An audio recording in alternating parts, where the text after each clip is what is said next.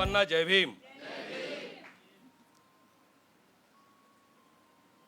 तसं आज वाघमारे साहेबांनी मला जरा जास्तच मोठं करून दिलं। आयुष्यभर आपण कार्यकर्त्यासारखं राहावं आणि बाबासाहेबांचे जे विचार आहे ते विचाराचा प्रचार आणि प्रसार करावा। आज आपण धम्मपद गाथा और कथा ह्या हिंदी सचित्र धम्मपदाच्या 4 व्हॉल्यूम त्याच्या प्रकाशन सोहळा व ग्रंथवितरण समारंभासाठी आपण इथे एकत्र झालेलो आहोत। मला असं वाटतं की सर्वात आधी आमचे कार्यकर्ते सिरसाटजी यांनी जवळपास 3 महिन्यापूर्वी मला असं म्हणाले होते की ज्यांनी धम्मपदाचं सचित्र लेखन केलेलं आहे त्यांना आपल्याला नागपूरला बोलवायचं आहे।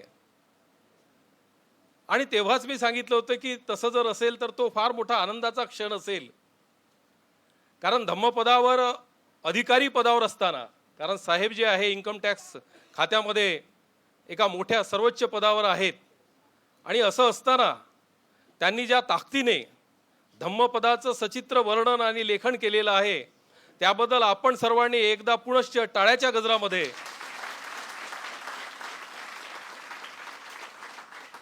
ऋषिकेश शरण साहेबांचं आपण स्वागत केलं पाहिजे। एक मोठं काम केलं आणि महत्त्वाचं म्हणजे ह्या ग्रंथाचं विनामूल्य वितरण होणार आहे। जसं की त्यांनी सांगितलं की हे 2.5 किलो वजनाचे 4 पुस्तकं सर्वांना मोफत मिळणार आहे आणि इथे ज्या ज्या लोकांनी स्वतःच्या नावाची नोंदणी केलेली आहे त्या लोकांना इथेच ते मिळणार आहे। तर त्याबद्दल तायवान ह्या देशाची जी संस्था आहे ज्यांनी हे सर्व मोफत देण्याचं काम करत आहे, कॉर्पोरेट बॉडी, त्याबद्दल सुद्धा आपण कृतज्ञता व्यक्त केली पाहिजे। ते तर इथे नाहीत, परंतु त्यांच्या वतीने ऋषिकेश शरण साहेब इथे आहेत, तर ती कॉर्पोरेट बॉडी ज्यांनी बाबासाहेबांचे पुस्तक, कारण मी याच्यापूर्वी भगवान बुद्ध आणि त्यांचा धम्म हा बाबासाहेबांनी लिहिलेला ग्रंथ 10 रुपयात वाटतो असं, आणि आतापर्यंत 3 लाखाच्या आसपास ग्रंथ वाटले असं सांगताना मला जरा थोडंसं जास्त म्हणजे हे व्हायचं की एक अहंकार की एक फार मी मोठं काम केलं। परंतु जेव्हा मी बघितलं की तायवान ह्या देशातली एक छोटीशी संस्था अशी आहे की जी डॉक्टर बाबासाहेब आंबेडकरांची लिहिलेली सर्व पुस्तके, तथागत भगवान बुद्धावर सर्व जगामध्ये अनेक लेखकांनी लिहिलेली सर्व पुस्तके विनामूल्य पाठवतात आणि हजारोच्या लाखोच्या संख्येत पाठवतात, एकही पैसा आपल्याकडून घेत नाही। त्या कॉर्पोरेट बॉडीसाठी आपण सर्वांनी कृतज्ञता म्हणून, कारण एक मोठं काम ते करत आहे। आणि तेच मला सर वाघमारे सर, मला जेव्हा हे कळलं की कॉर्पोरेट बॉडी म्हणजे एक तायवान या देशातली एक छोटीशी संस्था जी आहे ती संस्था एवढं मोठं काम कसं करू शकते, मला मोठं आश्चर्य वाटलं। आणि मला असं वाटलं की त्याचं नेमकं गुपित काय, हे एवढं मोठं सामर्थ्य त्यांच्याजवळ, एवढं मोठं सामर्थ्य जे निर्माण झालं त्याच्या मागचं नेमकं गुपित काय आहे हे जाणून घेण्याचा माझ्या मनात फार जिज्ञासा निर्माण झाली। आणि म्हणून मी Bharat Taiwan Buddhist friendship association स्थापन केली, त्याचा मी अध्यक्ष झालो आणि अनेक तायवान देशाच्या लोकांना इथे बोलवलं भारतामध्ये आणि त्यांच्याशी चर्चा केली की तुम्ही हे कसं शक्य केलं। तर तेव्हा त्यांनी सांगितलं की आमचा देश हा छोटासा देश, म्हणजे त्या तायवान ह्या देशाची रुंदी फक्त 30 किलोमीटर आणि लांबी 160 किलोमीटर, म्हणजे नागपूर जिल्ह्याचा जर विचार केला तर त्याचा 1/4 भाग एवढा छोटासा इवलासा तो देश। परंतु एवढी मोठी उत्तुंग प्रगती तुम्ही कशी केली हे जेव्हा त्यांच्याशी समजून घेण्याचा प्रयत्न केला तर तेव्हा त्यांनी सांगितलं की आमच्या देशाला जवळपास खऱ्या अर्थानं स्वातंत्र्य, म्हणजे आपल्या भारत देशाला स्वातंत्र्य 1947ला मिळालं, पण तायवान या देशाला खऱ्या अर्थानं तो मुक्त, ज्याला खऱ्या अर्थानं स्वातंत्र्य मिळू ते 1960च्या पुढे नंतर मिळालं. मग त्यांच्याकडे कोणतीही उत्पादनाची साधनं नव्हती, कारण जापान, अमेरिका, चायना ह्या बलाढ्य राष्ट्रांनी त्या छोट्याशा देशाला अक्षरशः लुबाडून नेलं होतं. उत्पादनाची कोणती साधनं नाही, चारही बाजूला समुद्र आहे.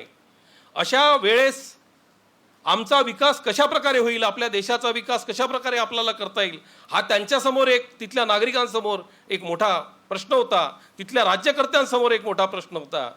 मग त्यांनी असा विचार केला की आपल्याला बलाढ्य राष्ट्र जर तयार व्हायचं असेल तर आपण काय केलं पाहिजे.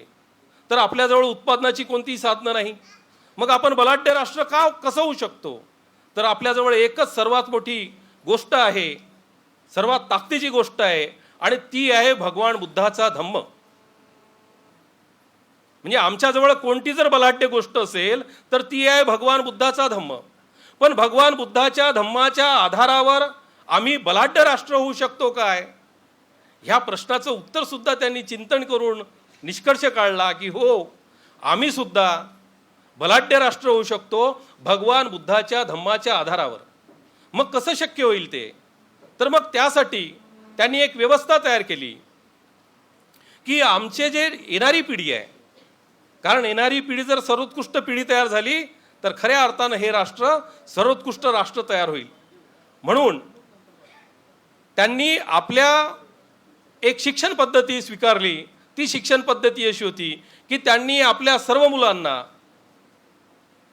पूजनीय भिक्खूंच्या हवाली केलं आणि विहार या संस्थेमार्फत त्यांचं अकॅडमिक एज्युकेशन झालं. विहार या संस्थेमार्फत त्यांचं अकॅडमिक एज्युकेशन झालं. धार्मिक एज्युकेशन नाही म्हणत मी, अकॅडमिक एज्युकेशन झालं. आणि त्याचा परिणाम असा झाला की पूजनीय भिक्खूंच्या नेतृत्वात मुलगा शिकत आहे, रेसिडेन्शियल बुद्धिस्ट स्कूलमध्ये तो शिकतो आहे. आणि त्याचा परिणाम असा झाला की तो गुड बेटर बेस्टमध्ये नाही झाला, तर त्यांनी एक्सिलन्सी गाठली. आणि त्याचा परिणाम आज आपल्याला असा दिसतो की आज आपल्या जवळ सर्वांच्या जवळ जो प्राणप्रिय मोबाईल आहे, आपल्या घरी टीव्ही आहे, आपल्या हातामध्ये घड्याळ आहे मनगटावर, आणि आपण अनेक इलेक्ट्रॉनिक वस्तू वापरतो. संपूर्ण जगामध्ये इलेक्ट्रॉनिक वस्तू निर्मितीचा बादशाह जर आज कोणी असेल तर तो छोटासा तायवान देश आहे. आणि हा तायवान देश एवढा मोठा बादशाह जो झाला तो फक्त आणि फक्त भगवान बुद्धाच्या धम्माच्या आधारावर झाला. कारण गुड बेटर बेस्ट ही आपल्या इथे संकल्पना आहे. 97% यावर्षी आंबेडकरची आणि डॉक्टर बाबासाहेब आंबेडकर महाविद्यालय आणि शिवाजी सायन्स कॉलेजची ॲडमिशन थांबलेली आहे. हे सर्व मुलं गुड बेटर बेस्टमध्ये आहे. 97%च्या वर जो असेल तो एक्सिलन्सीमध्ये जातो. आणि तायवान देशाने आपल्या पिढीला, तिथल्या तरुणांना तरुणींना एक्सिलन्सीमध्ये आणलं आणि ते फक्त आणि फक्त भगवान बुद्धाच्या धम्माच्या आधारावर आणलं. ही गोष्ट आपल्या सर्व लोकांना समजून घेणं अत्यंत आवश्यक आहे. डॉक्टर बाबासाहेब आंबेडकरांकडून आपण त्यांच्या हाकेवर 1956ला धम्मदीक्षा दिली. धम्मदीक्षा घेतल्यानंतर आपली पहिली पिढी जी आहे ती चांगले बुद्धविहार जे आहे ते आपण निर्माण केलेत. 50 वर्षापर्यंत आपलं बुद्धविहार निर्मितीचं कार्य झालं. परंतु खऱ्या अर्थानं डॉक्टर बाबासाहेब आंबेडकरांवर जेवढी आपली श्रद्धा आहे, 100%ची श्रद्धा आहे, त्याच्यापैकी 10% श्रद्धा आपली भगवान बुद्धावर नाही. ही वास्तव आहे. कारण ह्याच हॉलमध्ये मी जवळपास 1.5 वर्षापर्यंत नागपूर शहरातील सर्व बुद्धविहारांच्या मिटिंगा घेतल्या, बैठका घेतल्या. जे जे जाणकार लोक होते, जे साहित्यिक लोक होते, जे जे धार्मिक चळवळीमध्ये काम करणारे लोक होते, त्या सर्व लोकांच्या बैठकी घेतल्या. पूजनीय भिक्खूंना बोलावलं, भिक्खुनींना बोलावलं आणि सर्वांकडून एकच विषय चर्चेला घेतला की आमचं बुद्धविहार शक्ती केंद्र कसं बनेल. आमच्या बुद्धविहाराची स्थिती आज काय आहे की आमच्या बुद्धविहारामध्ये 50 वर्षाच्या खालची स्त्री जात नाही, 50 वर्षानंतरच्या स्त्रिया जातात. आमच्यासारखे पुरुष जे आहे ते कधी जात नाही. त्यांनी तो सर्व ठेका महिलांना देऊन दिला आहे. थोड्याफार प्रमाणात रिटायर्ड झालेले लोक, लहान मुलं जात नाही, लहान मुली जात नाही, तरुण मुलं जात नाही, तरुण मुली जात नाही. आणि 50 वर्षाचा आतला महिला आणि पुरुष जात नाही. काय कारण आहे, का बरं जात नाही? बाबासाहेबांनी आम्हाला सांगितलं तरी आम्ही जात नाही. का जात नसावं आपण, याचं जेव्हा अनेक बाजूनी 1.5 वर्षापर्यंत सतत विचार केल्यानंतर, जवळपास 2 त्याच्यावरचे विशेषांक काढल्यानंतर माझी काय चूक आहे उपासक या नात्याने, मला काय इच्छा होत नाही विहारात जाण्याची, मला भगवान बुद्धावर तेवढी श्रद्धा का निर्माण झाली नाही माझी, असा जेव्हा मी विचार केला तेव्हा माझ्या असं लक्षात आलं की आम्ही भगवान बुद्धाचा धम्म स्वीकारला, परंतु भगवान बुद्धाची संस्कृती जी आहे ते स्वीकारायचं राहून गेलं आपलं. आणि ती म्हणजे कशी की सर्व जेवढं जगातले जेवढे बुद्ध राष्ट्र आहे, म्हणजे भगवान बुद्धाच्या काळात असो, सम्राट अशोकाच्या काळात असो, आता वर्तमानामध्ये सर्व बौद्ध राष्ट्रांमध्ये असो, ही एक पद्धती आहे की जेव्हा मुलाला 5 वर्षानंतर त्याला काही जाणण्याची उत्सुकता निर्माण होते, 5 वर्षापासून 15 वर्षापर्यंत मुलाला संस्कारित होण्याचं हे प्रॉपर वेळ आहे, प्रॉपर वय आहे.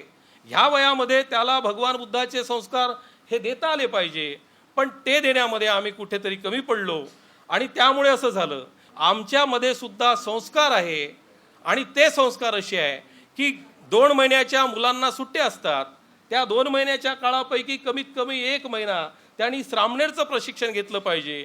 पूजनीय भिक्खूंच्या नेतृत्वामध्ये ते त्यांनी भगवान बुद्धांनी सांगितलेले जे विचार आहे ते त्याला समजेल अशा भाषेत त्यांनी समजून घेतले पाहिजे. आणि असं जर झालं तर लहानपणी झालेले संस्कार जे आहे ते आयुष्यभर टिकतात.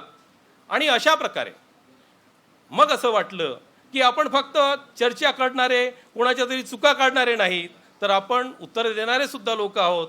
म्हणून मग असा विचार केला की आपण श्रामणेर शिबिराची एक मोठी मालिका इथे लावूया आणि मोठ्या प्रमाणात येणारी पिढी जी आहे ती धम्मावर संस्कारित करूया. बाबासाहेबांनी सेमिनरी स्थापन करण्यासाठी जी बंगलोरला मोक्याची जागा प्राप्त केलेली होती, ती जागा पाहण्यासाठी गेलो. ती जागा पाहिल्यानंतर माझ्या मनात निराशा निर्माण झाली, कारण त्यातील जवळपास 70% जमीन जी आहे ती तिथल्या तेव्हाच्या मुख्यमंत्र्यांनी स्वतःचा कब्जा करून घेतलेला आहे, ती बळकावलेली आहे. 30% जमीन फक्त वाचलेली आहे. एक बुद्धविहार आहे तिथे, एक शाळा आहे, एवढं जर सोडलं तर बाकी काही नाही आहे. बुद्धविहार एखाद्या वेळेस उघडते, म्हणा फार निराशा निर्माण झाली. परंतु तिथूनच बंगलोरच्या खाली मैसूर आहे आणि मैसूरच्या खाली बेलकुप्पा नावाचं गाव आहे, तिथे सेराजा नावाची मोनेस्ट्री आहे. ती जवळपास 6000 एकर जागेमध्ये आहे आणि त्या 6000 एकर जागेमध्ये 25,000 मुलं आणि मुली KG पासून तर PG पर्यंत शिक्षण घेतात.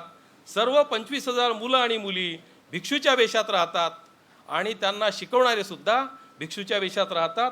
अशी 1-2 मोनेस्ट्री नाही तर या भारतामध्ये त्यांच्या एवढ्या मोठाल्या 6-7 मोनेस्ट्री आहे. दुसरीकडे आपण बाबासाहेबांचे जे लोक आहो ते आता मोठ्या मोठ्या पदावर गेलेले आहेत, मोठे झालेले आहे. बाबासाहेबांनी शिका हा मंत्र दिल्यामुळे उंच भरारी सर्व लोकांनी मारलेली आहे. आपल्याला सुद्धा या पद्धतीने विचार करता आला पाहिजे. आपल्याला सुद्धा रेसिडेन्शियल बुद्धिस्ट एज्युकेशन स्कूल तयार करता आली पाहिजे. आपल्याला सुद्धा येणारी पिढी जी आहे ती सर्वोत्कृष्ट पिढी तयार करता आली पाहिजे. मी नेहमी असं म्हणतो की बाबासाहेबांनी आपल्याला शिका म्हटल्यामुळे आपण हजारो नव्हे तर लाखो गुणवान लोक तयार झालेत, परंतु प्रज्ञावान लोक किती झाले असा जर माझ्यासहित सर्वांच्या बाबतीत एक तपासणी केली, मोजणी केली तर हातावरचे जे बोटं आहे ते थोडे कमी पडतील, म्हणजे तेवढे पुरेसे होतील. एवढ्या कमी संख्येने त्या दिशेने आमची वाटचाल झालेली आहे. मला असं वाटते की आमची येणारी पिढी अधिक बलवान करण्यासाठी आपल्याला ह्या दृष्टिकोनातून आणि येणारी पिढी प्रज्ञावान निर्माण करण्यासाठी, येणारी पिढी सर्वोत्कृष्ट पिढी तयार करण्यासाठी, एक्सिलन्स पिढी तयार करण्यासाठी आणि आम्ही जे लोक आहोत बाबासाहेबांना मानणारे लोक, भगवान बुद्धाला मानणारे लोक, जातीचे लोक नाही बरं का, नाहीतर गल्लत व्हायची. बाबासाहेबांचे लोक म्हटल्याबरोबर एकदम एक चित्र निर्माण होतं, तसं नाही. बाबासाहेबांना मानणारे लोक, ज्यांना बाबासाहेबांनी मानलं पाहिजे असे सर्व लोक, भगवान बुद्धांना मानणारे लोक, ज्यांनी भगवान बुद्धाला मानले पाहिजे असे सर्व लोक, ह्या सर्व लोकांना ह्या देशाला जर पुढे न्यायचं असेल तर हाच विचार पुढे नेऊ शकतो. म्हणून या दृष्टिकोनातून येत्या काळामध्ये धम्मपदाच्या विषयी अनेक लोकांनी संपूर्ण जगामध्ये, भारतामध्ये सुद्धा अनेक प्रकारचे धम्मपद आणि त्याचे व्याख्यासहित विवेचन याच्यापूर्वी अनेक लोकांनी केलेलं आहे. परंतु मी थोडंसं जेव्हा चाळलं आपल्या पुस्तकाला ऋषिकेश शरण साहेबांच्या, ते इतक्या चांगल्या पद्धतीने त्यांची मांडणी केलेली आहे. अनेक लोकांनी धम्मपदाची आतापर्यंत मांडणी केलेली आहे, परंतु मला असं वाटतं मी कंपॅरिझन नाही केलं पाहिजे. आता सर इथे बसले किंवा त्यांच्या ग्रंथाचा इथे वितरण समारोह आहे म्हणून त्यांची स्तुती केली नाही पाहिजे, तर खऱ्या अर्थानं एक चांगलं, कारण याच्यापूर्वी सुद्धा अनेक धम्मपदं मी वाचली आहे, मैंने इसके पहले बहुत सारे धम्मपद जो है पढ़े हैं, लेकिन आपने जिस प्रकार से, जिस तरीके से और हर पेज में चित्र के साथ में जिस प्रकार से सबको समझ में आना चाहिए, इस प्रकार से धम्मपद को लिखा है, तो मुझे ऐसा लगता है कि हम सारे लोग आपके ऋणी है, ऋणी है, ऋणी है। धन्यवाद। जय भीम। बुद्ध ने किताबों की भाषा नहीं बोली, तू कहता कागज की देखी, मैं कहता आँखियन की देखी। बुद्ध जो अपनी आंखों से जो स्वयं देखा उन्होंने उसको ही कहा, यही खूबी है। ग्रंथ के संस्कारक आयुष्मान ऋषिकेश शरण जी से कि वे कृपया यहाँ पर आए और अपना वक्तव्य हम सभी लोगों के सामने रखें। हमने अभी भगवान बुद्ध की प्रार्थना सुनी। नमस्कार है भगवान अरहत को जो सम्यक संबुद्ध हैं। मैं बुद्ध की शरण में जाता हूँ, मैं धर्म की शरण में जाता हूँ और मैं संघ की शरण में जाता हूँ। मैं बुद्ध की शरण में क्यों जाऊं? पहला प्रश्न यह उठता है, मैं बुद्ध की शरण में क्यों जाऊं? धर्म बाद में आता है, संघ बाद में आता है। 1879 में 1879 में पूना के संस्कृत कॉलेज के एडिटर के प्रिंसिपल, जो बाद में लंदन टाइम्स के एडिटर बन गए, सर एडविन अर्नोल्ड, उन्होंने एक पुस्तक लिखी, द लाइट ऑफ एशिया। वह पुस्तक 1879 में 1879 में इंग्लैंड में प्रकाशित हुई। जिस समय वह पुस्तक इंग्लैंड में प्रकाशित हुई, उस समय तक लोग बुद्ध के बारे में पाश्चात्य जगत में बहुत कम जानते थे। इस पुस्तक ने इतनी धूम मचाई कि इंग्लैंड में उसके 60 एडिशंस, 60 संस्करण छपे और अमेरिका में 80, कुल 140 एडिशंस उस पुस्तक के छपे, light of Asia by sir Edwin Arnold. उस पुस्तक के फॉरवर्ड में, प्रस्तावना में सर एडविन अर्नोल्ड क्या कहते हैं? सर एडविन अर्नोल्ड कहते हैं कि समय के अंतराल से बुद्ध की क्या शिक्षा है, उसमें विद्वानों में संसार भर में भिन्नता है, मान्यताओं में विद्वानों में मतभेद है। हीनयान है, महायान है, वज्रयान है और विभिन्न इंटरप्रिटेशंस हैं, लेकिन संसार का कोई भी बौद्ध साहित्य कहीं पर भी लिखित या मौखिक रूप से जरा सा भी ओछापन या कलंक हिंदुस्तान के इस महान शिक्षक के चरित्र में नहीं निकाल सका है। तो अगर ऐसा व्यक्तित्व हो, मैं इसी समाज में रहता हूं, मैं कहां खोजूं ऐसा मित्र, मैं कहां खोजूं ऐसा दोस्त, मैं कहां खोजूं ऐसा हितैषी, कहां खोजूं ऐसा मेरा भला चाहने वाला जो बिल्कुल निष्कलंक है, 24 कैरेट का है। क्योंकि अगर उसके संपर्क में आता हूं तो शायद चांसेस है कि थोड़ा सा खरबूजे को देखकर खरबूजा भी रंग बदलता है, बदलने की प्रक्रिया हो। इसलिए चूंकि ऐसा व्यक्तित्व कहीं और दिखता नहीं है, मुझे इसीलिए बुद्ध प्रिय है और इसीलिए हम सभी बुद्ध की शरण में जाते हैं। दुनिया में सारे धर्म दुनिया के विभिन्न देशों में फैले, बौद्ध धर्म ही ऐसा धर्म है जिसने कभी तलवार नहीं उठाई। और यद्यपि यह धर्म इसके जहां इसका जन्म हुआ था वहीं से लुप्त प्राय हो गया, फिर भी आसपास में सभी जगह देखें, नेपाल, भूटान एक स्वयं बुद्धिस्ट कंट्री है, Myanmar, Sri Lanka, Singapore, Thailand, Indonesia, Malaysia, Vietnam, China, Japan, Taiwan और कहाँ कहाँ नहीं इस धर्म का प्रसार हुआ। और आज मानवता की 1/3 से अधिक संख्या इस धर्म के अनुयायी हैं। और यद्यपि बुद्ध ने कहा था कि मैंने जो कुछ भी प्राप्त किया है इस धरती का हर व्यक्ति उसको प्राप्त कर सकता है यदि वह प्रयत्नशील है। और उन्होंने मूर्ति पूजा की भर्त्सना की थी कि पूजा मत करना, फिर भी श्रद्धावश आज संसार के हम उनके अनुयायी जंगलों के जंगल फूलों से उनके मंदिरों में उनकी मूर्तियों पर जाकर चढ़ाते हैं और प्रेम से कहते हैं मैं बुद्ध की शरण में जाता हूँ, धर्म की शरण में जाता हूँ और संघ की शरण में जाता हूँ। इसलिए बुद्ध मुझे प्रिय है। चलिए धर्म की तरफ चलते हैं। धम्म, धम्म शब्द पाली का है और उसी से बना धम्मपद। धम्मपद के अंदर में बुद्ध ने, धम्मपद में बुद्ध ने 26 विषयों पर, जिसे वग कहते हैं, 26 विषयों पर उन्होंने चर्चा की है। कौन कौन विषय हैं? पहला जैसे चैप्टर है यमक वर्ग कहलाता है, चैप्टर ऑफ पेयर्स। उसमें जो 2-2 गाथाएं हैं वो एक जैसी मिलती जुलती हैं। और इस तरह से कुल जो 26 चैप्टर्स हैं उनमें कुल 423 गाथाएं हैं। पहला चैप्टर यमक वर्ग, दूसरा चैप्टर माइंडफुलनेस, अप्रमाद। मुझे लगता है कि जीवन में जो कुछ भी अवांछनीय है वह अप्रमाद है, और जो कुछ भी अवांछनीय है वह प्रमाद है, और जो कुछ भी वांछनीय है वह अप्रमाद है। दूसरा अध्याय अप्रमाद का, तीसरा चित्त वर्ग, चौथा पुष्प वर्ग, इसी तरह से आगे क्रोध वर्ग, बुढ़ापा वर्ग और 26 विषयों पर बुद्ध ने चर्चा की है। बुद्ध की खूबी थी कि बुद्ध ने उन बातों को नहीं कहा जो उनके शिक्षकों ने उनको सिखाया, उन बातों को दोहराया नहीं जो उनके फोर फादर्स बताते गए।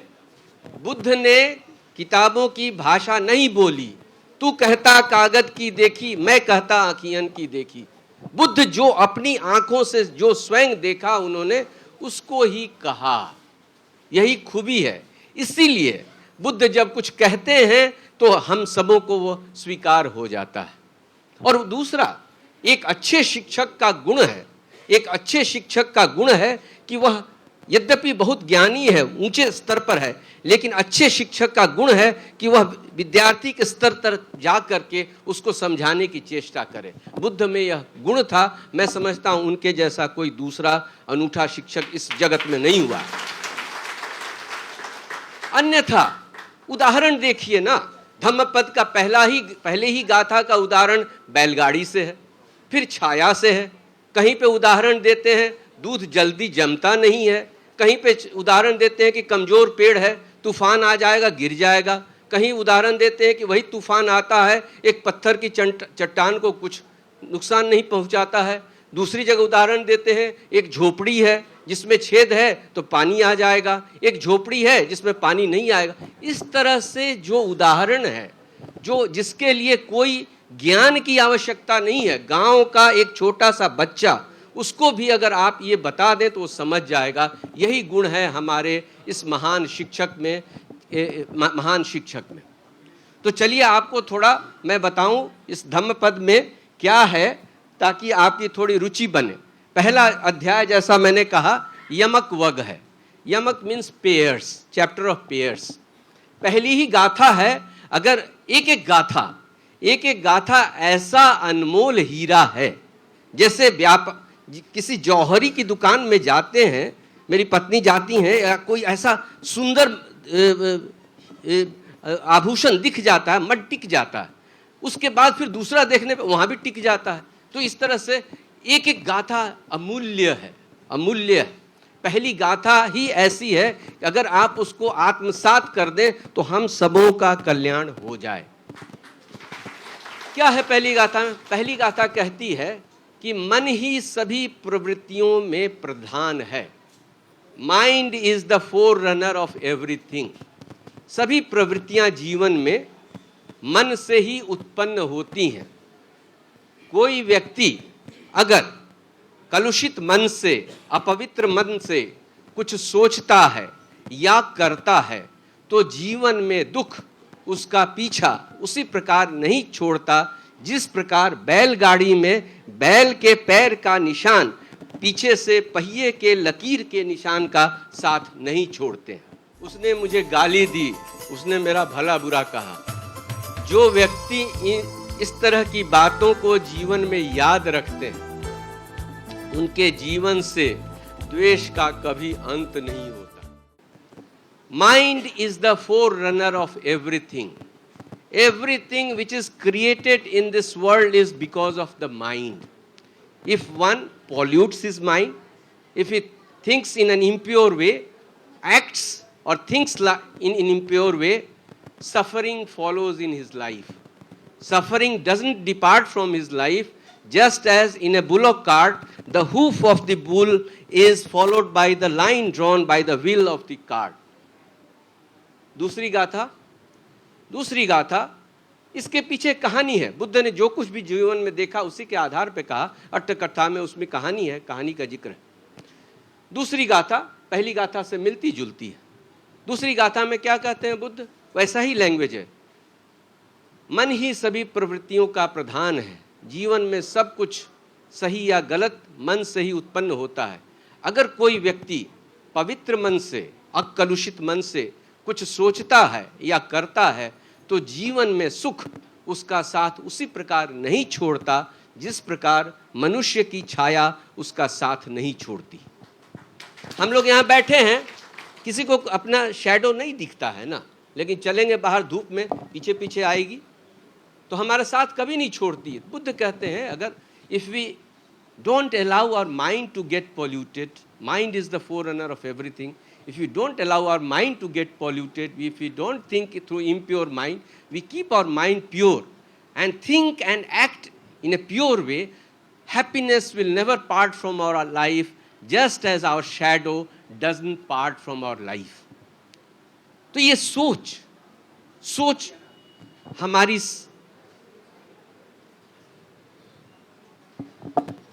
हम अगर जितने लोग बैठे हुए हैं, अगर हम अपने आप को दो भागों में बांटें, एक पुरुष वर्ग, एक स्त्रियां वर्ग, तो अगर शरीर की रचना के हिसाब से पुरुष एक प्रकार के, स्त्रियां एक प्रकार के, लेकिन हम सबों में भिन्नता क्या है? अगर पूछें तो भिन्नता वही है जो कि हमारे इस भौं के ऊपर है। भौं के ऊपर जो कुछ भी राजमुकुट या जो भी कहिए, इसके अंदर न्यूरोलॉजिस्ट मुझसे कहेंगे अरे शरण साहब ऐसा नहीं है, इसके अंदर भी जो ब्रेन है उसको एक साइड को कहिएगा लेफ्ट साइड, राइट साइड, एक से इमोशंस बनते हैं, एक से लॉजिक बनता है। मैं मानता हूं, लेकिन क्या इसके अंदर में साइंटिस्ट के हिसाब से ठीक है वो एक ब्रेन है, लेकिन उसके अंदर क्या घटित होता है? क्या जितने लोग हम लोग बैठे हैं सबों के इसके अंदर जो खलबली मच रही है क्या वो एक ही है? अगर एक ही खलबली होती तो एक आदमी बिन लादेन नहीं बनता, एक हिटलर नहीं बनता, एक मसोलिनी नहीं बनता, और फ्रांस के एक ही परिवार में 3 लोगों को नोबेल प्राइज नहीं मिलता।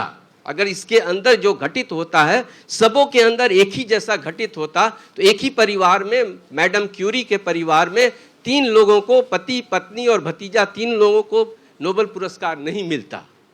और इसके अंदर खलबली बिल्कुल वैसी ही होती जैसे सबों की होती तो सिद्धार्थ बुद्ध नहीं बनते।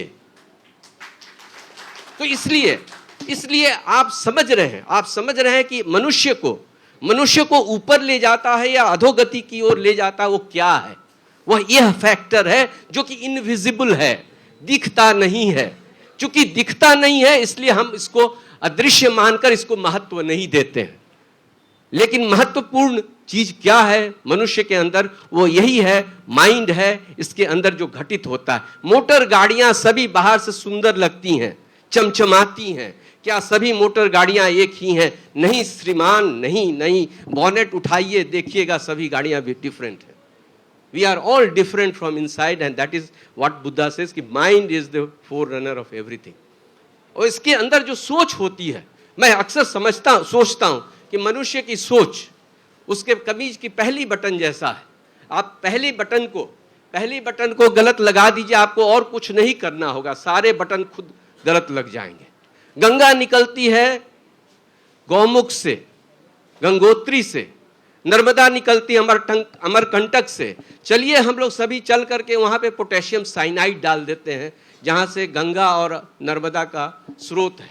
कुछ नहीं करना पड़ेगा. जहां जहां गंगा जाती है, हरिद्वार, ऋषिकेश, प्रयाग, काशी और गंगा सागर, सभी जगह वो गंगा जहरीली स्वयं की स्वयं रहेंगी. अमरकंटक से निकल करके पूरी यात्रा में नर्मदा जहरीली ही जहरीली. आप स्रोत में डाल दीजिए पोटेशियम साइनाइड, कुछ नहीं करना होगा. जीवन में आपको अपने बुरे दिन लाना है, आप अपनी सोच को बदल दीजिए, कुछ नहीं करना होगा, आपका अनर्थ हो जाएगा, सुनिश्चित मानिए.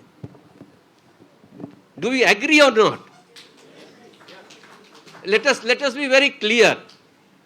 I will like to go along with you, but not that I will like to force something on you. So if you are feeling that we are not on the same wavelength, अगर हम लोग एक ही तरह से नहीं देख रहे हैं, तो फिर आप कृपया हाथ उठाइएगा, ताकि मैं आपके साथ जितनी देर तक भी रहूँगा, आपके साथ ही रहना चाहूँगा, क्योंकि इतनी दूर से आया हूँ. आज गांधी जी का छुट्टी का दिन है, इसलिए आपके साथ ही रहना चाहूँगा. तीसरी गाथा क्या कहती है? उसने मुझे मारा, उसने मुझे पीटा, उसने मुझे गाली दी, उसने मेरा भला बुरा कहा. जो व्यक्ति इस तरह की बातों को जीवन में याद रखते हैं, उनके जीवन से द्वेष का कभी अंत नहीं होता. He beat me, he abused me, he spoke ill of me. Those who remember such words, experiences in life, enmity will never cease from their life. ये एक थेर जो बुद्ध के रिश्तेदार ही थे, उन्हीं के संदर्भ में गाथा कही गई है.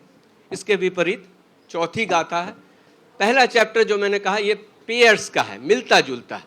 चौथी गाथा इससे मिलती जुलती है. उसने मुझे मारा, उसने मुझे पीटा, उसने मुझे गाली दी, उसने मेरा भला बुरा कहा. जो इन बातों को जीवन में याद नहीं रखते हैं, उनके जीवन से द्वेष का अंत हो जाता है. He beat me, he abused me, he spoke ill of me. Those who don't remember it, for them enmity does end in the life. मनुष्य का जो सोच है या मस्तिष्क का जो काम करने का ढंग है, मन का, वो बड़ा अजीब है. अजीब इन द सेंस कि मान लीजिए कि मैं आपके साथ किसी एक मित्र के साथ आज की मीटिंग में ही दुर्व्यवहार करता हूं, इस मीटिंग के बाद में या इसके पहले किसी के साथ थोड़ा ऐसा कटु अनुभव मेरे मित्र को हो जाता है कि वो उसको हृदय में बांधते हैं, उनको अच्छा नहीं लगता. या मैं ट्रेन में आ रहा था रात से, किसी से मान लीजिए कि किसी सामने के बर्थ वाले या किसी से मान लीजिए कि मेरा किसी बात पे झगड़ा या कुछ भी हो जाए, उसका मन दुखी हो गया. 5 साल के बाद अगर हम लोग फिर मिलते हैं कहीं, तो क्या होगा? आप जैसे जिंदगी के पन्ने से आज की किताब में, जैसे डायरी में आज की तारीख थी 2 अक्टूबर 2013, उस तारीख से आप भी खोलेंगे और मैं भी 2013 के 2 अक्टूबर से अपनी मेमोरी से खोलूंगा, और वहीं से हम लोग फिर आगे अपना एक दूसरे से व्यवहार शुरू करते हैं. मन की सोच की यही स्थिति है. लेकिन सचमुच में ऐसा संभव है कि अगले ही क्षण मैंने आपको किसी को बुरा कहा और अगले ही क्षण मेरे अंदर ऐसी ग्लानि की अनुभूति हुई कि मैंने बहुत बुरा किया, नहीं कहना चाहिए था. मेरे अंदर संभव है कि ग्लानि हो, मैं खुद अपने आप को उसी समय बदल दूं. तो यह बताइए कि जो दूसरा व्यक्ति उस इमेज को ढो करके ले जा रहा है, उसके लिए कहाँ तक जस्टिफिकेशन है कि 5 साल के बाद भी मिले तो उसी इमेज से चले. लेकिन मनुष्य का जो ये मस्तिष्क है, ये जो मन है, इसी तरह से काम करता है. मैं अक्सर जब मेरा कोई स्कूल का, कॉलेज का दोस्त मिलता है, आज से 25 साल 30 साल पुराना, तो मैं जब भी मिलने जाता हूं या मिलता हूं, तो मैं उसी इमेज को खोजता रहता हूं. 25 साल में वो भी देखता है तो देखता है कि बाल सफ़ेद हो गए, शरीर बदल गया, लेकिन मैं भी उसी इमेज को पकड़ कर चलता हूँ। और यही मनुष्य के मस्तिष्क का कार्य करने का ढंग यही है कि एक बार जो तस्वीर बनाता है वो अनुभवों के आधार पर उससे वो मुक्त होना नहीं चाहता है। ये आदमी को बांध कर रखता है। और ये इससे बुद्ध कहते हैं कि don't live in the past, don't live in the future, live in the present. तो इसलिए ये जो तीसरी चौथी जो गाथाएं हैं वो समझिए कि अगर किसी ने दुर्व्यवहार किया, अगर हम उसको बांध के रखते हैं गांठ की तरह, तो ठीक है, ये हम अपना ही नुकसान ज़्यादा कर रहे हैं बजाय किसके कि दूसरे का। दूसरे का शायद बुरा नहीं हो उतना जितना मेरा ही स्वयं बुरा हो जाएगा। पांचवी गाथा है, hatred will never cease by hatred, hatred will cease only by love, compassion, goodwill and friendship. घृणा का अंत घृणा से नहीं हो सकता है, घृणा का अंत होता है प्रेम, दया, करुणा, मैत्री से। इसीलिए आप देखिए कि जब अंगुलीमाल एक डकैत से, एक हत्यारा से जब वो एक अच्छे भिक्षु बन जाते हैं, तो बुद्ध के बाद कंपैशन में अगर किसी का 2 नंबर में नाम आता है तो वो अंगुलीमाल ही है। Hatred will never cease by hatred. अगर ये अगर सभी धर्म के लोग इस बात को मानना शुरू कर दें, including all of us, don't we think that many things will change in life. मैंने जब समाचार पत्रों में पढ़ा कि बर्मा में बुद्धिस्ट मॉन्क्स लोगों ने माइनॉरिटी कम्युनिटी मुस्लिम्स लोगों के ऊपर अटैक किया और हत्या की, मुझे बहुत दुख हुआ, क्योंकि मैं नहीं समझ सकता हूँ, मैं नहीं मान सकता हूँ कि मेरा जो गुरु था, मेरा जो टीचर था, मेरा जो आइडियल है बुद्ध, वो अगर रहते तो वो इस तरह की चीज़ों का अप्रूवल करते। अभी हाल में वाशिंगटन में आपने देखा होगा अखबार में, वाशिंगटन में आया अखबार में कि नेवल यार्ड में जो व्यक्ति जाकर के जिसने गोली चलाई और 14-15 लोगों को गोली से मार दिया, उसमें से एक भारतीय भी थे। वो व्यक्ति रोज बुद्धिस्ट विहार जाता था और वहाँ जा कर के और तभी दूसरे कार्य के लिए जाता। तो ये भी महत्वपूर्ण, बुद्ध स्वयं कहते हैं उसी अध्याय में, यमक वर्ग में, कि मनुष्य अगर एक ऐसा व्यक्ति हो सकता है जो पढ़ता तो बहुत है लेकिन उसको उतारता जीवन में बहुत कम है, तो उसके जीवन में उसका जीवन उसी प्रकार से रहेगा जैसे कोई गाय का चरवाहा है। गायें आपकी हैं, मैं आपका चरवाहा हूँ, तो क्या करूँगा, सुबह सुबह मैं आपकी गायों को गिन करके ले जाऊँगा, पूरे दिन चराऊँगा और शाम में लाकर आपको गाय वापस कर दूँगा, गिनवा दूँगा कि आपकी इतनी गाय वापस किया। मुझे न तो उससे दूध मिलेगा, न दही, न छाछ, न मलाई, न मट्ठा, कुछ नहीं मिलेगा। दूसरी तरफ बुद्ध कहते हैं कि अगर मनुष्य ग्रंथों का या अध्ययन थोड़ा करे लेकिन उसको अगर जीवन में उतारता है तो वह वैसे व्यक्ति के समान हो जाता है जो स्वयं गायों का मालिक है। जो गाय का मालिक है उसको दूध मिलेगा, दही मिलेगा, मट्ठा मिलेगा, छाछ, सभी, मलाई, सब कुछ प्राप्त होगा। तो ये ज़्यादा आवश्यक यह है कि हम जीवन में इनको किस प्रकार से उतारते हैं। बुद्ध स्वयं कहते हैं कि किसी चीज़ को इसलिए मत मानो, किसी चीज़ को इसलिए नहीं मत मानो कि ये पुस्तकों में लिखा है, किसी चीज़ को इसलिए मत मानो कि तुम्हारे पूर्वजों ने कहा है, किसी चीज़ को इसलिए नहीं मानो क्योंकि बहुत सारे लोग उसको मानते हैं। किसी चीज़ को अगर तुम अपने तर्क और संगत से देखो, अगर सही लगता है और उससे अगर देखते हो कि जनमानस का अगर लाभ होता है तो उसको स्वीकार करो। इतना ओपननेस। तो ये गाथा जो है, पांचवी गाथा, कि hatred will never cease with hatred, it will cease only with love, compassion and goodwill. अगर ये इस पर अगर सभी लोग अगर जरा सा भी अमल करें तो समाज का, हमारे देश का या सारे संसार का कितना कल्याण हो जाए। जो हम लोग सामान्यतः एक दूसरे के धर्म में जो कमजोरियां खोजते रहते हैं, कमियां खोजते रहते हैं, क्या सभी धर्म में केवल कमियां ही कमियां हैं? अगर कमियां होती तो वो धर्म इतने दिनों तक नहीं टिकते। कुछ न कुछ तो अच्छाइयां हैं। तो उचित ये होगा कि हम दूसरे धर्मों के जो अच्छी चीज़ें हैं उसको खोजें, या कम से कम जो कॉमन अच्छाई है। मैंने कम से कम क्रिश्चियनिटी से तो आपको ये सरमन ऑन द माउंट से तो कंपेयर करके दिखाया। जो अच्छी चीज़ें उनको ले करके और अगर हम साथ चलें तो हमारे समाज का, देश का, दुनिया का बहुत भला हो जाए।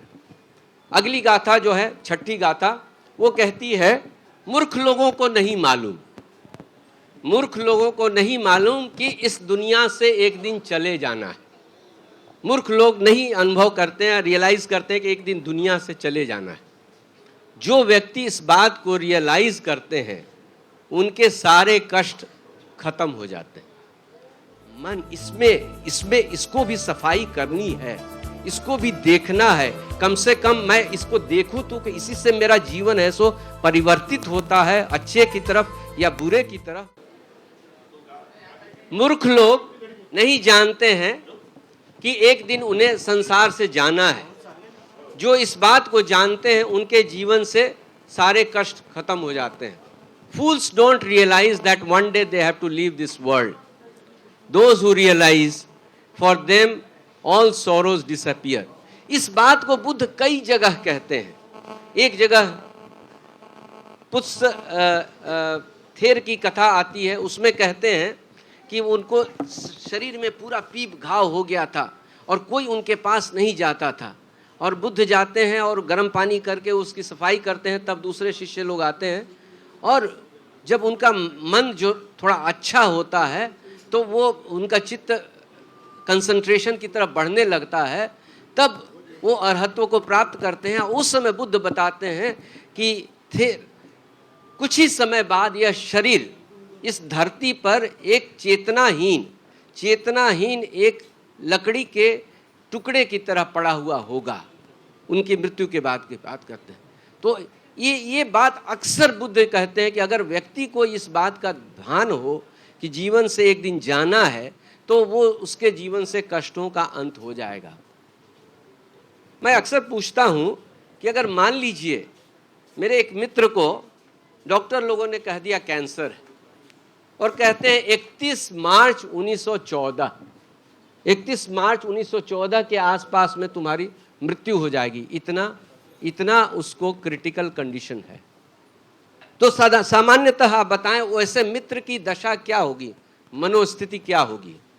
वो यही सोचेगा आज से लेकर के उस तारीख तक कि जिसके साथ मैंने बेईमानी की है थोड़ा ठीक कर दें।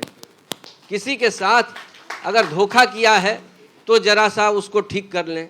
पत्नी के साथ जरा लड़ाई करते रहें तो कम से कम 6 महीना तो जरा मुस्कुरा करके जीवन बिता लें। यही करेगा।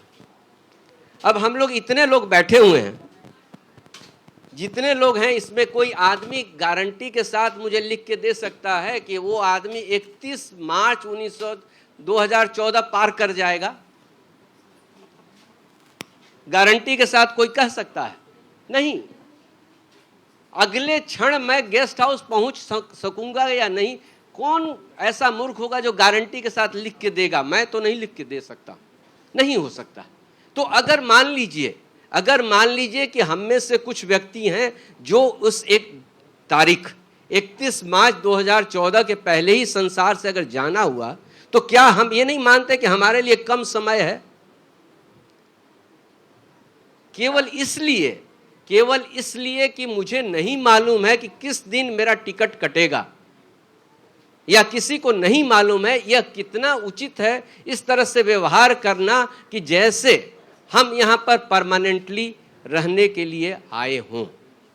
7वीं 8वीं गाथा और उसके बाद 7वीं 8वीं गाथा में कहते हैं कि गेरुआ वस्त्र धारण करने का, बंते जी ने धारण कर रखा है, गेरुआ वस्त्र धारण करने से पूर्व अगर व्यक्ति ने अपने मन का शुद्धिकरण नहीं किया है तो वैसा व्यक्ति गेरुआ वस्त्र धारण करने का अधिकारी नहीं है।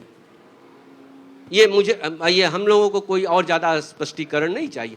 10वीं गाथा में इसके विपरीत वही कहते हैं कि अगर किसी ने अपने हृदय को, अपने मन को अगर पवित्र कर लिया है तो वह गेरुआ वस्त्र धारण करने का अधिकारी है।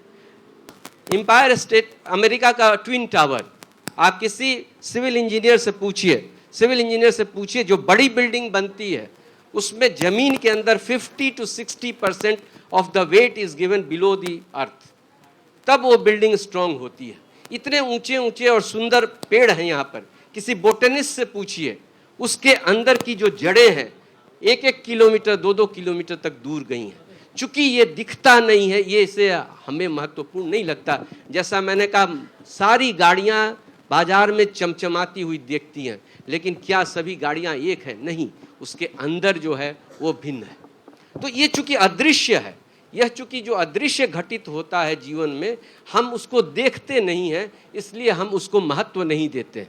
हम रोज स्नान तो करते हैं, हम रोज स्नान तो करते हैं, अपने घर की सफाई करते हैं। आप अगर सफाई नहीं करिएगा, जिस दिन मेड सर्वेंट नहीं आती है, मेरी वाइफ शी इज वाइल्ड, तो ये सफाई एक दिन नहीं होती है। लेकिन मन इसमें इसको भी सफाई करनी है, इसको भी देखना है। कम से कम मैं इसको देखूं तो कि इसी से मेरा जीवन है सो परिवर्तित होता है, अच्छे की तरफ या बुरे की तरफ। ये कब हमने पिछली बार सोचा या देखा? और इसलिए अगर कोई अच्छी किताब मार्केट में मुझे मिलती है और जिसको पढ़ के लगता है कि मेरा जीवन बदल जाएगा, तो मैं सोचता हूँ अरे ये तो 500 रुपये की किताब है, मैं उसको छोड़ देता हूँ कि अगले साल लूँगा, जब उसका पेपर बैक एडिशन आ जाएगा 300 रुपये में। वो अगले साल आता है, वो अगला साल जीवन में कभी नहीं आता है। और अगर आता भी है 2 साल के बाद, तो मैंने अपने 2 साल के जीवन के 2 साल का मूल्यांकन किया है 500 माइनस 300 200 रुपया। अगर मैंने अपने जीवन का मूल्यांकन किया है 200 रुपया 200 साल के लिए, मतलब पर average year 100 rupees, I can think what I will be after 20 years from now. आने वाली इसी तरह की 2 गाथाएं हैं कि अगर व्यक्ति चरित्र से कमजोर है, तो जिस प्रकार किसी झोपड़ी की अगर छत में छेद हो तो पानी गिर जाता है, नीचे रस जाएगा, उसी प्रकार अगर व्यक्तित्व में छेद हो, छलनी की तरह हो, तो वो पानी उसमें आकर उसके चरित्र को, उसके जीवन को तहस नहस कर जाएगा। इसके विपरीत अगर वह परिपक्व व्यक्ति है, वह चरित्रवान है, अपने आप को कमांड में रखता है, तो वह उस प्रकार के झोपड़ी की तरह है जिसकी छत मजबूत है। और इस तरह का उदाहरण देते हैं बुद्ध। कहने की बजाय करने पर बहुत जोर है, बहुत जोर है, बहुत जोर। आपने मुझे ये फूल के हार दिए, एक ऐसी माला दी जिसमें 3 लोग हम लोग समा गए। ये पहली बार ऐसा मैंने देखा, अभी तक तो टीवी में नेता लोगों को देखता था। एनीवे, फूल जो हैं, फूल देखिए, फूल 2 प्रकार के होते हैं। एक फूल कुछ ऐसा होता है जो देखने में खूबसूरत है लेकिन उसमें खुशबू नहीं है, और दूसरा फूल एक ऐसा होता है जिसमें खूबसूरती भी है और खुशबू भी है। तो बुद्ध कहते हैं कि जीवन में जो कुछ भी आप सुनते हैं, समझते हैं, देखते हैं, उसको अगर जीवन में नहीं उतारते हैं तो आप वैसे पुष्प के समान हैं जो कि देखने में तो खूबसूरत है लेकिन उसमें सुगंध नहीं है। जब आप उसको जीवन में उतारते हैं तो आप वैसे फूल की तरह हो जाते हैं जिसमें कि खुशबू भी है और सुंदरता भी।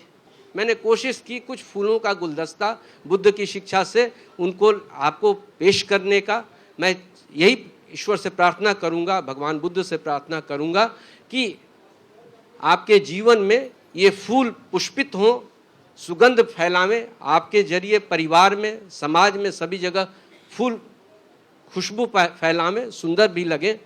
यही मेरी कामना है। और थोड़े से समय में मैंने कोशिश की आपको कुछ एक फूलों का एक छोटा सा गुलदस्ता देने का। मैं आशा करता हूं कि शायद वो आपको पसंद आए। शुक्रगुजार हूँ खोबरा गडे जी का और सारे आयोजकों का जिन्होंने मुझे बुलाया और कुछ आपसे शेयर करने का मौका दिया। भगवान आप सबों का मंगल करें, यही मेरी प्रार्थना है। सूर्या समान तेजस्वी बोधिसत्व परमपूज्य डॉक्टर बाबासाहेब आंबेडकर आणि सर्व जगाला चंद्रासारखी शीतल शांती प्रदान करणारे तथागत भगवान गौतम बुद्ध यांना सर्वप्रथम वंदन करतो।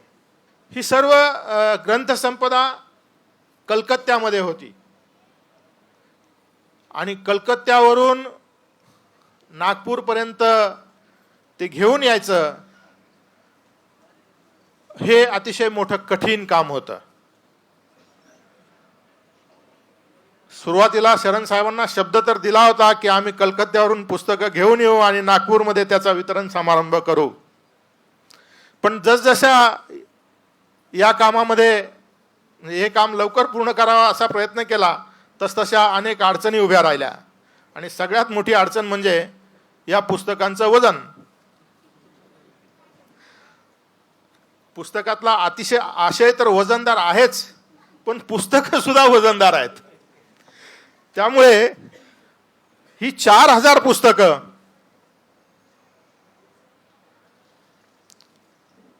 जवळपास 1000 सेट, एका सेटचं वजन 2.5 किलो, म्हणजे 2500 किलोचा बोजा कलकत्त्यावरून उचलायचा आणि नागपूरला घेऊन यायचा, हे फार मोठं कठीण काम होतं. आणि शरण साहेबांचा तर सारखा तगादा लागलेला असायचा कि कब जा रहे लोग कलकत्ता, कब ला रहे, कब कर रहे, क्या कर रहे. परंतु शरण साहेबांच्या या प्रेमळ तगाद्यामुळे आणि तुम्हा सर्वांच्या सहकार्यामुळे हे जगडव्याळ काम करणं शक्य झालं. त्यामध्ये आजच्या या कार्यक्रमाचे संयोजक आणि नेहमीच बॅकस्टेज आर्टिस्ट असणारे, नागपूर शहरातल्या सर्व सामाजिक धार्मिक कार्यामध्ये अग्रेसर असणारे, परंतु बॅकस्टेज आर्टिस्ट, प्रसिद्धीची अपेक्षा नाही, असे आमचे स्नेही साहेबरावजी शिरसाट यांचा या सर्व कामामध्ये सिंहाचा वाटा आहे. मान्य शरण साहेबांबद्दल मला थोडंसं बोलायला आवडेल. महाराष्ट्रापासून अतिशय दूर बिहारमध्ये शरण साहेबांचा जन्म झाला. पटना विश्वविद्यालयातून त्यांनी भौतिकशास्त्रामध्ये स्नातकोत्तर पदवी मिळवलेली आहे.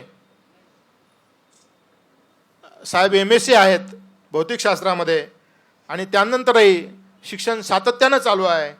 कलकत्ता विश्वविद्यालयामधून त्यांनी LLB केलेलं आहे. अनेक थिसिस त्यांनी लिहिलेले आहेत आणि साहेब फॅकल्टी म्हणून जे नवीन IAS, IPS, IRS अधिकारी निर्माण होतात त्यांना शिकवण्यासाठी, ॲप्टिट्यूड ट्रेनिंग देण्यासाठी केंद्र शासनाकडून साहेबांना सातत्यानं विनंती करण्यात येते आणि या भारताच्या प्रशासनाची धुरा ज्यांच्या हातामध्ये आहे अशा वरिष्ठ अधिकाऱ्यांना साहेब ट्रेनिंग देत असतात. भारताबाहेर नेपाळ, कंबोडिया, भूतान या ठिकाणी सुद्धा जाऊन साहेबांनी तिथल्या अधिकाऱ्यांना प्रशिक्षित केलेलं आहे. धम्मपदावर साहेबांची मास्टरी आहे आणि ज्या ज्या ठिकाणी साहेब जातात, ज्या ज्या ठिकाणी त्यांना संधी मिळते त्या त्या ठिकाणी बुद्ध विचार पसरविण्याचं, त्यांचा प्रचार आणि प्रसार करण्याचं अतिशय महत्त्वाचं काम शरण साहेबांनी हाती घेतलेलं आहे आणि ते अतिशय उत्कृष्टपणे पार पाडत आहेत. या धम्मपदा व्यतिरिक्त 1879 साली सर एडविन अर्नॉल्ड या जगन्मान्य विद्वानाने तथागत भगवान गौतम बुद्धांवर लाईट ऑफ एशिया नावाचं एक इंग्रजी पुस्तक लिहिलं. त्या इंग्रजी पुस्तकाचा गेल्या 150 वर्षामध्ये हिंदीमध्ये अनुवाद झालेला नव्हता. तो अनुवाद जगदाराध्य तथागत या नावानं शरण साहेबांनी केलेला आहे. बानाईकडून आणि PS कडून स्फूर्ती घेऊन त्यांचा जो एक संकल्प आहे की बुद्धिस्ट मॉनेस्ट्री निर्माण व्हावी, त्या दृष्टीनं ते अतिशय प्रामाणिकपणे त्यांची धडपड चाललेली आहे. आणि नागपूरपासून जवळच येत्या काही वर्षांमध्ये PS साहेबांच्या धम्मप्रेमाचं प्रतीक अशी भारतातली, महाराष्ट्रातली पहिली असेल आणि भारतातली मला वाटतं दुसरी असेल, एक बंगळुरूला आहे, त्या धर्तीवर PS साहेब एक मॉनेस्ट्री बांधण्याचा, सुरू करण्याचा त्यांचा मानस आहे. त्या दृष्टीनं प्रयत्न चालू आहेत, पण ती इथून दूर आहे. तिसरी मॉनेस्ट्री जर तयार करायची असेल PS साहेब, आणि आपल्याला जागेची अडचण असेल, तर पश्चिम महाराष्ट्रामध्ये ज्या ठिकाणी जागांचे भाव आकाशाला भिडलेले आहेत, अशा ठिकाणी मी किमान 10 एकर जागा आपल्याला उपलब्ध करून देईन.